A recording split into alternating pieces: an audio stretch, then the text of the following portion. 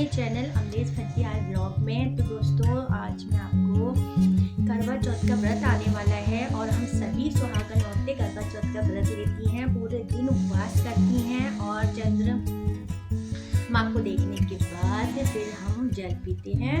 तो दोस्तों, आज उसी से जुड़ी कुछ बातें हैं। बहुत सी जो महिलाएं होती हैं उनको बहुत ज़्यादा प्रॉब्लम होती है, कुछ समझ नहीं आता है। अगर आपका व्रत किसी कारण रह जाता है या आप नहीं कर पाते हैं, या फिर आपने करवा चौथ के व्रत के दौरान कुछ खा लिया हो, मुँह में अचानक कुछ चला दिया हो, जल या पानी कुछ भी चला गया हो, तो उसका उपाय है डरने की ज़रूरत नहीं है, क्योंकि भगवान जो है वो किसी से गलती हो जाती है तो वो माफ़ कर देते हैं और बहुत जल्दी उनको क्षमा कर देते हैं। इसलिए बिल्कुल भी डरने की ज़रूरत नहीं है। तो दोस्तों, मैं आज आपको ऐसे ही कुछ उपाय बताने जा रही हूँ। करवा चौथ का व्रत अगर किसी कारणवश आपका छूट जाता है या फिर आप नहीं ले पाते हैं तो क्या उपाय करना है, तो आज की वीडियो इसी पर ही होने वाली है। सबसे पहले आपको मैं ये बता दूं दोस्तों, अगर चैनल पर नए हैं तो चैनल को सब्सक्राइब करिएगा, लाइक करिएगा और अपने कमेंट बताइएगा मुझे कि आपको ये वीडियो कैसी लगी, और बेल आइकन प्रेस ज़रूर करिएगा ताकि आने वाली वीडियो आप तक बहुत जल्दी पहुँच जाए। तो दोस्तों, स्टार्ट करते हैं आज की वीडियो।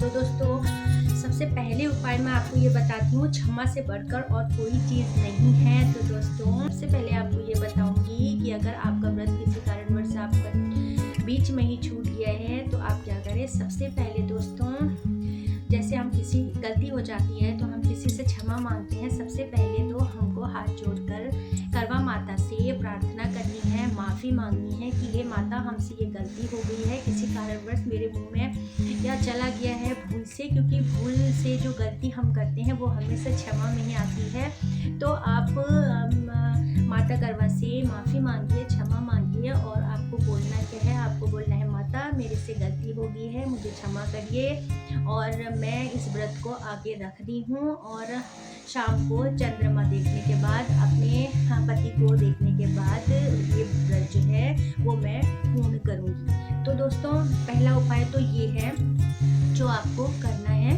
दोस्तों, गलती का जो है सबसे बड़ा उपाय क्या है, महापश्चाताप।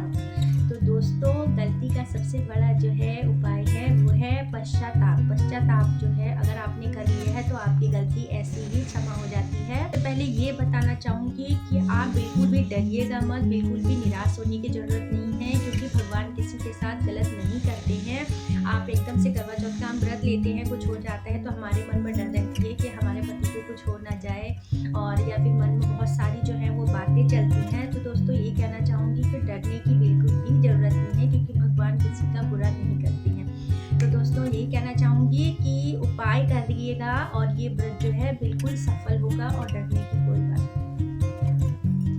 तो दोस्तों, दूसरा उपाय जो मैं आप भी बता रही हूँ आपको, पहला तो अपनी माता से, करवा माता से क्षमा मांगनी है। ये पार्वती माता, शिव जी, गणेश जी, सभी भगवानों से आपने जो है वो क्षमा मांग ली है। फिर मैं आपको दूसरा उपाय बताती हूँ। दोस्तों, दूसरा उपाय क्या करना है, जैसे आपने कुछ खा लिया या आपका व्रत में पानी पी लिया, गलती से मुंह में कुछ डाल दिया, तो आप क्या करना है, आपने तुरंत जाके स्नान कर लेना है, यानी कि नहा लेना है दोबारा।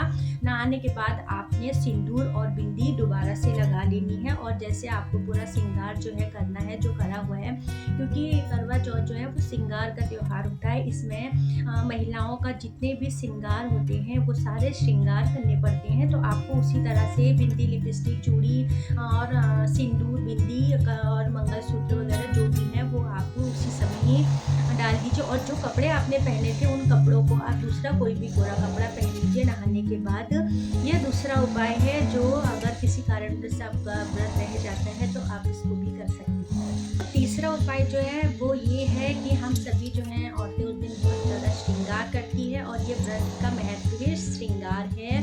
हमें पूरे श्रृंगार करने के बाद ही जो है ये पूजा करनी होती है। तो दोस्तों, अगर आपका व्रत किसी कारणवश से छूट गया है तो आपको ये तीसरा उपाय भी करना है। आपको क्या करना है, किसी भी सुहागन औरत को श्रृंगार का सामान दे देना। जैसे आपने पूरे दिन व्रत रख लिया है, उसके बाद आप दूसरे दिन क्या करेंगे कि किसी भी महिला को जो है, स्त्री को, सुहागन स्त्री को सिंदूर, बिंदी और मेहंदी, मतलब जो भी श्रृंगार का सामान है अपने सामर्थ्य के अनुसार, आप चाहो कपड़े भी दे सकते हो, साड़ियाँ भी दे सकते हो, मतलब अपने सामर्थ्य के अनुसार जितना आपसे हो सकता है आप ये व्रत कंप्लीट करने के बाद दूसरे दिन किसी सुहागन औरत को श्रृंगार का सामान जरूर दीजिएगा। और श्रृंगार के सामान में जो सबसे ज़्यादा महत्वपूर्ण है वो है सिंदूर, बिंदी, बिछिया, पायल, चूड़ियाँ। ये जो है बहुत ज़्यादा महत्वपूर्ण है, इनको तो आपने रखना ही रखना है। लेकिन इसके अलावा अपने सामर्थ्य के हिसाब से आप जो भी दान कर सकती हैं वो करिएगा।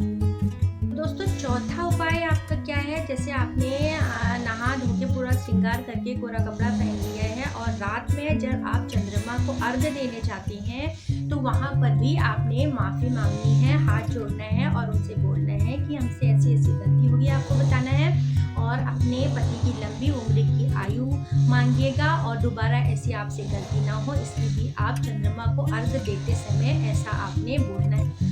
तो अर्घ्य देते समय दोस्तों आपने माफ़ी मांगनी है और अगर आपको मंत्र आता है तो आप वो मंत्र पढ़ सकते हैं चंद्रमा को अर्घ्य देते समय और अपने पति के चरण स्पर्श करने के बाद फिर आप टीका लगाइए और चंद्रमा से उसके बाद आपने माफ़ी मांगनी है। तो दोस्तों ये है बहुत ही सरल उपाय और हर स्त्रियां जो हैं ऐसा हो जाता है कभी कभी व्रत नहीं ले पाते हैं हम, तो बहुत ज़्यादा डरते हैं क्योंकि यहाँ पर सुहाग की बात आ जाती है। तो दोस्तों आप ये उपाय करिए, डरने की बात बिल्कुल भी नहीं है। ये थी एक छोटी सी वीडियो सिर्फ आपके मन का जो है वो डर निकालने के लिए। दोस्तों व्रत हम कोई भी रखते हैं तो भगवान किसी के साथ बुरा नहीं करता है, डरने की कोई बात नहीं है। तो आप ये उपाय करिए और मैं सबसे यही कामना करूँगी, भगवान से यही मनोकामना करूँगी आप लोगों का व्रत जो है वो सफल रहे और कभी ऐसी गलती ना हो और हमेशा आप जो है व्रत को सफल कर सकें। और अगर बाई चांस हो जाता है तो ये उपाय करिए और डरने की बात नहीं है बिल्कुल भी, ये बहुत ही ईजी है और सरल भी है, आप जरूर कर लेंगे। तो यही मनोकामना के साथ आज का जो है ये वीडियो यहीं पर ही एंड कर दूँ। आई होप आपको मेरी वीडियो पसंद आई होगी। तो दोस्तों करवा चौथ की हार्दिक शुभकामनाएं।